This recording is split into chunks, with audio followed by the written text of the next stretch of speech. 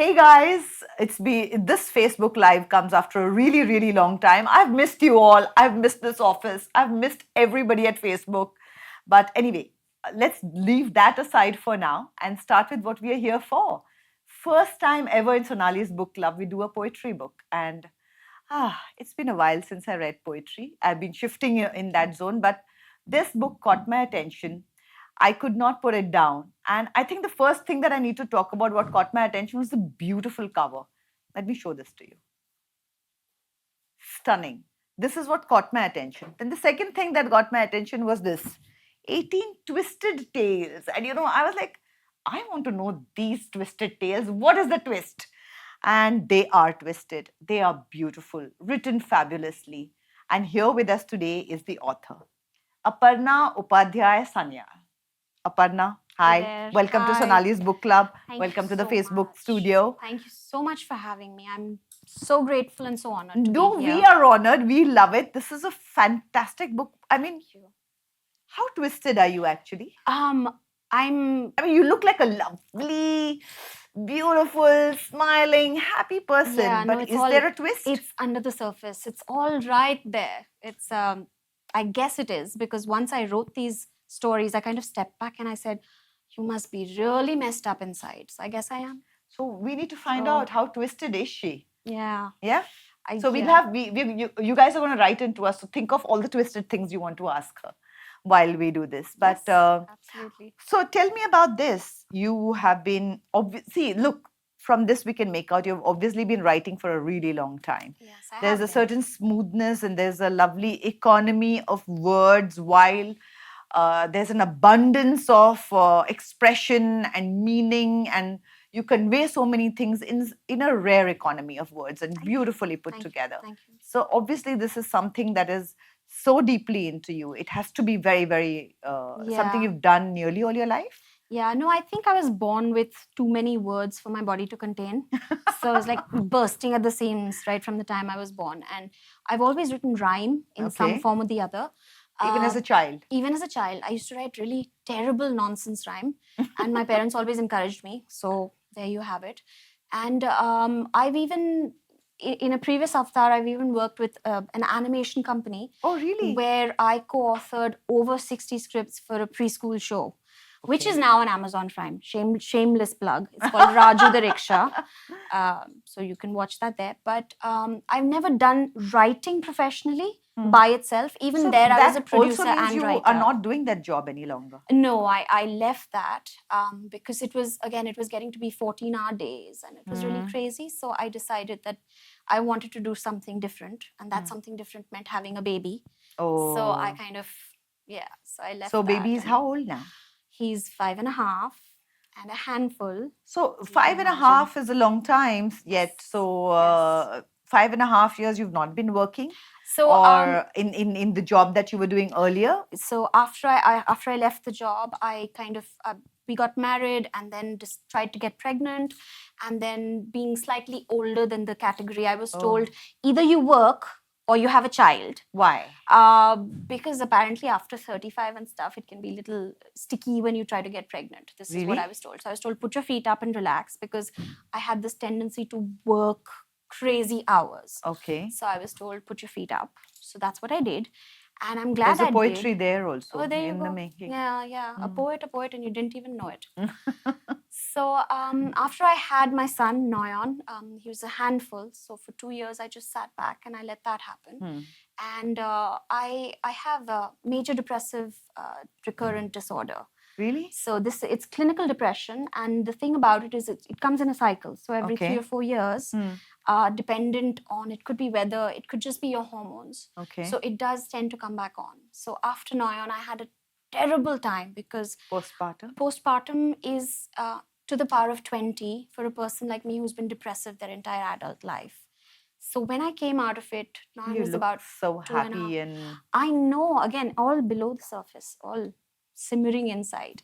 So when I came out of that last episode, the words just started coming in a torrent, because I'd had a very, very tough time. I'd been suicidal, and it was, I think, the darkest period of my life. And 1 second. what you're saying is very, very, very important, and Yeah. a little.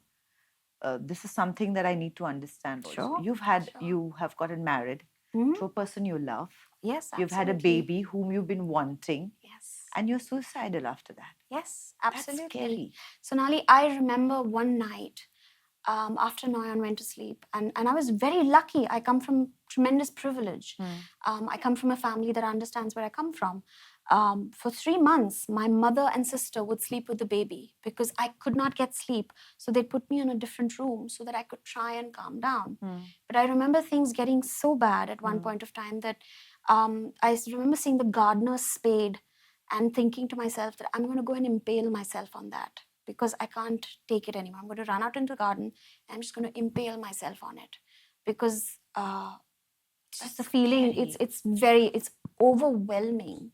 So and as a person who's been through What helped you through health this? ups and downs, medication for a case like mine, which is driven by genes more than anything else, more than experience, and which has a very strong family history. You need a competent and compassionate psychiatrist, not a psychologist. You need a psychiatrist who's going to give you the right medication. And once you're back on the line, then you get the therapy that is required. Do you kind of reduce the dosage and get off the medication at any point? Not anymore, unfortunately, because I've had several such episodes in my life. Now I have to be on it till the day I die. So it's yeah. Gosh. Yeah. So, but you learn to live with it. It's difficult. There are some days that I forget the medicine and then I'm like trembling because it's I can imagine 24-hour cycle medicine. But I look at it like being a person who has, say, diabetes or just something like that. So, but this is a subject that obviously we're discussing a book, and so not exactly the place, but it's a topic that even for me, a lot of times you don't look at depression as an illness. No. And there are a lot of times when you really think that stop fussing. Correct. We all love to say that stop fussing. Yep. And it's after I had my child and I would say stop fussing to myself, and I realized, and I would keep telling, my husband would tell me that, you're going through postpartum. I'm like, I'm not. So we still don't agree on it. We have agreed to disagree on that. I felt I was not going through postpartum and he was very convinced about it, or vice versa. I'm forgetting that now, but something to that effect. But definitely that was a strange period. And so for someone who has the issues and to go through all those hormonal changes must have been really rocking. But is that the period that brought this book out?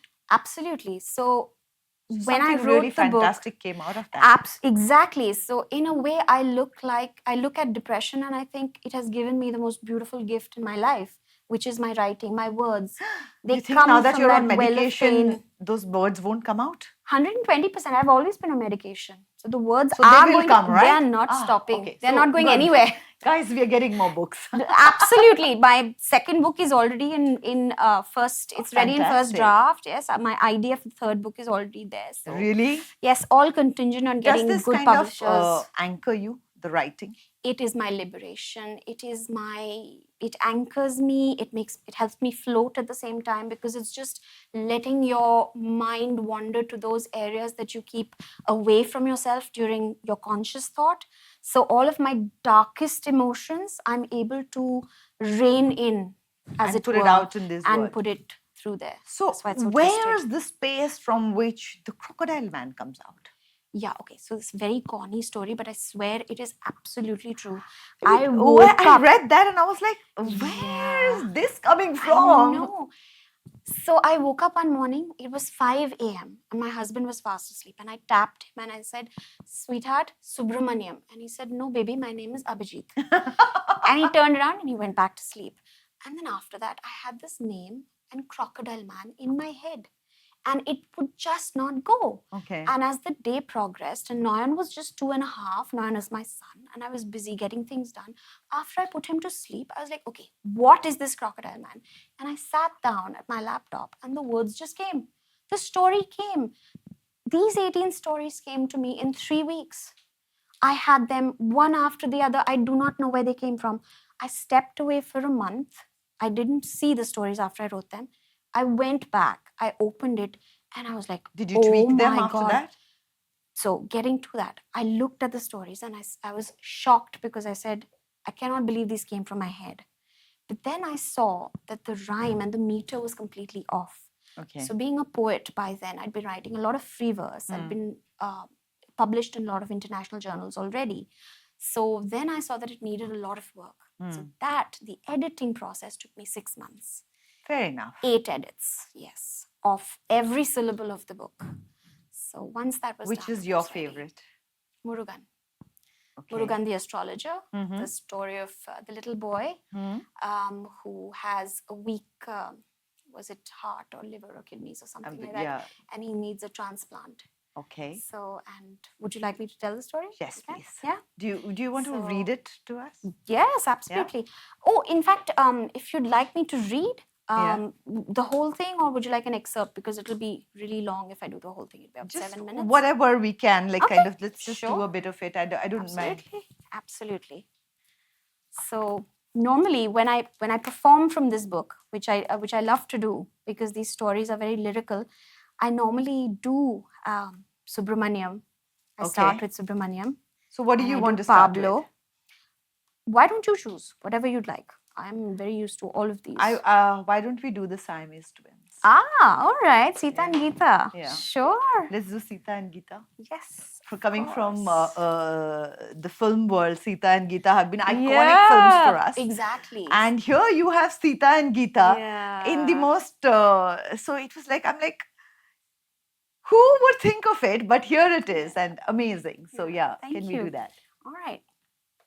Now hear, all you people, this stunning story, though it may be a bit twisted and gory, of Sita and Geeta, the Siamese twins with half a heart each, and together 8 limbs. How these two at the circus came to reside is a tale time and again modified.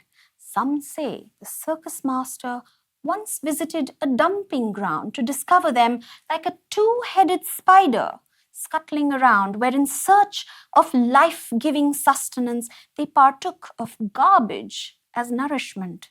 Some say a crab-like bundle was found, left at the gates of the circus ground. Sly glances and grins completed this bit of blather. The circus master secretly had these two fathered. These two ladies were quite the canny pair. One kept eyes here, the other's ears were there. So, shall I continue? Yes, please. Yeah? Thus it was, a repository they became of all circus gossip and questionable claims. At any given time, they held audience in their tent, gossiped about friend and foe on a bit of mischief bent. Tittle, tattle, tattle, like a steam engine they ran through the circus compound. Many rumors they began. But oh, on the stage, these two sisters, they shone as if for their slander they wanted to atone. They dressed themselves in opposing pairs and spoke their heart without any airs. When one played an angel, the other played a devil. Each poked the other with an improvised shovel. To confess all her sins, to make herself pure, or hell hath no fury and heaven no cure. Sometimes one was a judge, the other a sinner. The one with the clear heart was always a winner. With hilarity, the whole house inevitably shook when one played a policeman, the other a crook. As if to expunge themselves of life's grit and grime, each sister faced her conscience and on stage did her time. Life of the twins was never pure or simple. If one ate cake, the other got a pimple. My favorite line. One's desire lay in observing the sky, while the other craved in deep water to lie.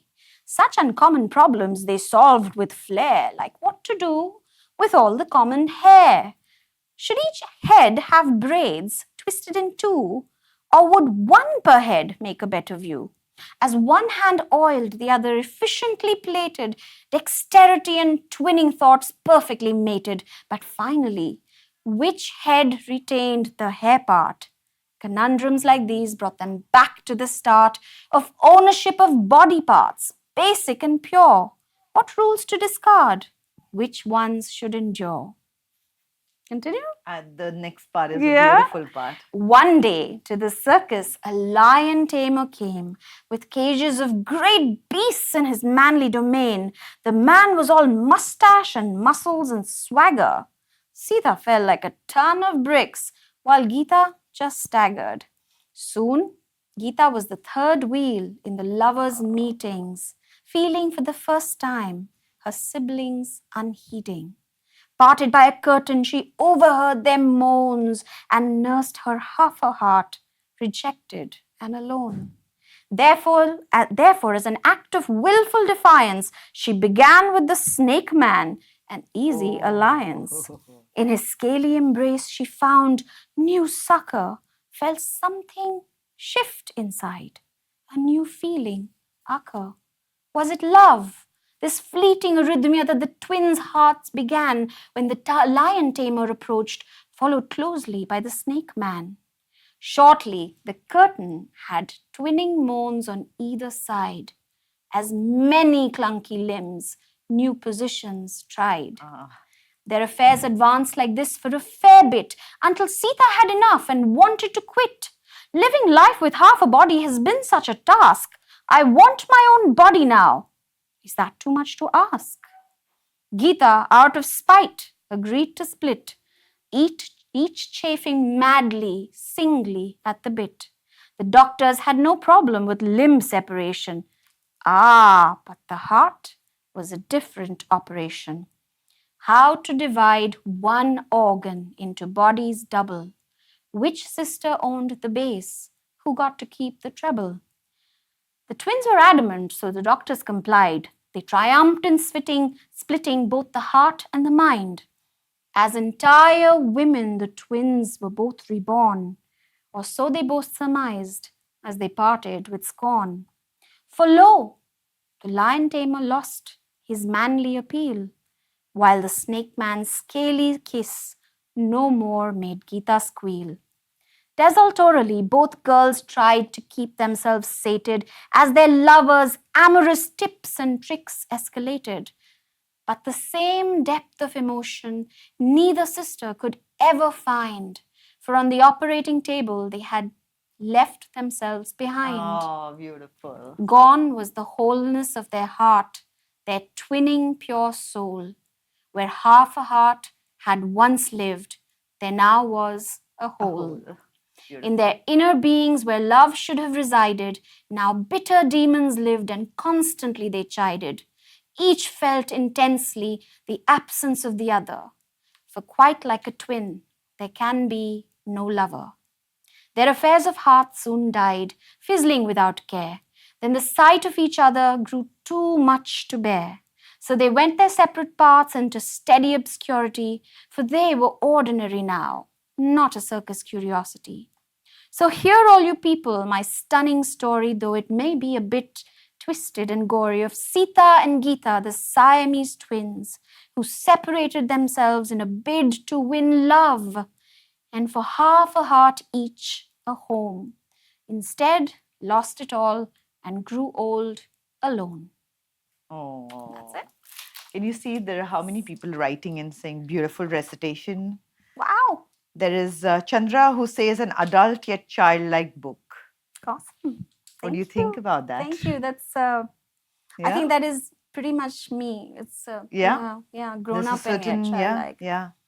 So were you expecting this kind of success for the book? Honestly, no. I've had to be very proactive in driving the marketing of the book, specifically because this is a very small publishing house. Vishwakarma does some very good poetry, but the larger publishing houses are not very open to accepting newcomers with poetry. Okay. So I wasn't really expecting any success in terms of numbers, but I think I'm very grateful. It's slowly done better. It's been building up It's slowly. been building, and we're almost out of first edition. We're going to go into second print. That's fabulous. Yeah.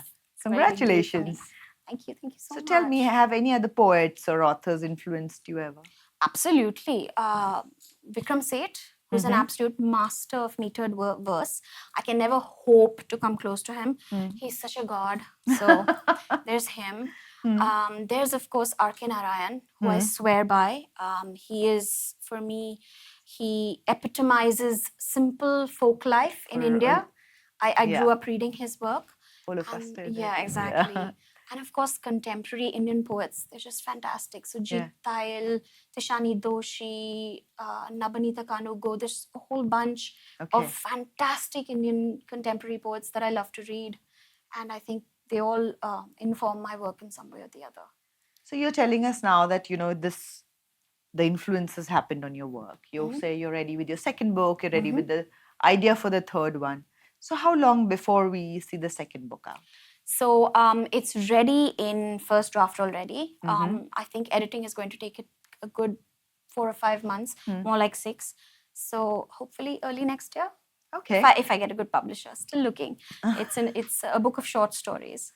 I'm sure you're going to find a good publisher. I hope so. I mean, come on. So. How can, after this, especially after this? Yes, I know. Thank you so much for that. But yes, I'm hoping that we find a good publisher. Yeah, and what else? You please tell us what we can do for you, and we will be very happy to do that. You are so kind. No, Thank you so It's much. a lovely book. It's so beautifully written, and I really, a lot of times readers like us, and the whole idea of the book club is the fact that you kind of explore new authors, new genres, things that you're not going to be reading. That's right. And you kind of explore those options and you put those out there. And our community, there are a lot of people who send us so much feedback and a lot of books, and so when you put it out, it's just growing, and it's just getting that out there, and the word out there, and all that. So may I say that a book club like yours has done so much good for authors, because it gives us a tremendous platform. We are doing it for ourselves, okay? Very it true. It gives us great pleasure. Very true, very true. If it benefits you, great, but that's not the main. The point is to benefit us.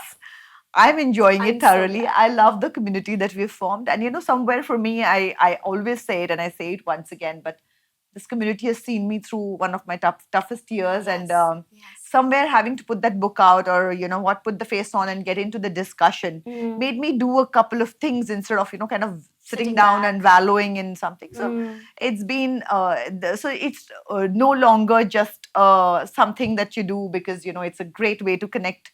And it's all started for me to use my social media in a positive way. Fantastic. It started like that, but I think somewhere over the last 2 years, and especially over the last year, for me, it has grown from just something positive from social media. Of course, it is positive, but it has grown to something a little more closer to the heart. That's also wonderful. Yeah, that's absolutely wonderful. And to be honest, very few people use their influence for social change the way you have. Oh my God, that's a huge word. No, I don't think there is, because honestly, to encourage anybody to read or to partake in an activity which they may not ultimately do, I think it's fantastic. So you have so many followers on Instagram, young girls who would probably choose to watch 20 Instagram videos a day. But if their idol actually tells them, hey, this is a book and it's easy enough to read, and go ahead and give it a try, it encourages a young person to try something new. The art of reading, the joy of reading, it is social I'm change. really happy if that happens, but I feel somewhere that the moment you start thinking of it like a social change, it just will not happen. Sure. I just feel that each person needs to do what is true to themselves. That's wonderful. And if you can just be true to yourself and wonderful. true to doing things that bring you joy, Absolutely. and to the little few people around you, I think that little movement is what makes a bigger impact and difference. Especially even after the whole illness, a lot of people have been talking about, so what are you doing? And people set up charities and this. I said, that's not what I am. I would do what I do on my own, but more than anything else, it's about what you do to the people who are closest to you. What are the little things? Because I think those make more of a difference than when you set things up and all. I understand. You don't know where it is going and what is happening. And I really so you feel don't go out with this huge big plan. You need it to be inside. I need it to be personal. Organic. Yeah, and organic is the biggest word in everything. It needs to grow in a beautiful way. That's happened wonderfully with you, and that's fantastic. Thank you. Thank you. So even in the book, like you said, so these poems just came to you. They came very organically. Very organically. Anything after that, you've had to work on them. But I have to say it again.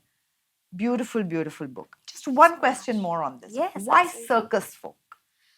So Only is it because freaks are in circus? That's why. it's actually, I think, because the book is about anybody's acceptance of self. In a sense, it's almost autobiographical because I have always felt like an outsider in my own purview. I grew up in a small town, and I always grew up feeling very different, like I was a strangely shaped peg in a different shaped hole. And at the end of the day, this book is just about trying to find inner acceptance for yourself. So at the end of the day, where do you find the most mangled and jangled, externally mangled and jangled people?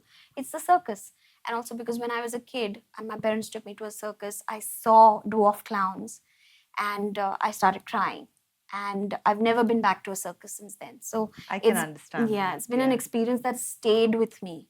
And somewhere that's what it that, came out. yeah, it Do came you out think you've very- got closure over that circus episode now in childhood with this book? I think it continues to inform my the forming of my personality because I'm like this big bundle of nerves, and I'm constantly very very emotional and reactive to other people's plight. And I Okay. think it started back there when I was 7 or 8 years old, and I Yeah. saw people who were putting on a smile and putting on a show, but I could just see the core, the Yeah. pathos at the core, and I was just I was like, I cannot sit here and consume that and laugh and clap when I should actually be empathizing and I should actually be embracing that person as an equal rather than laughing at them like they're a freak.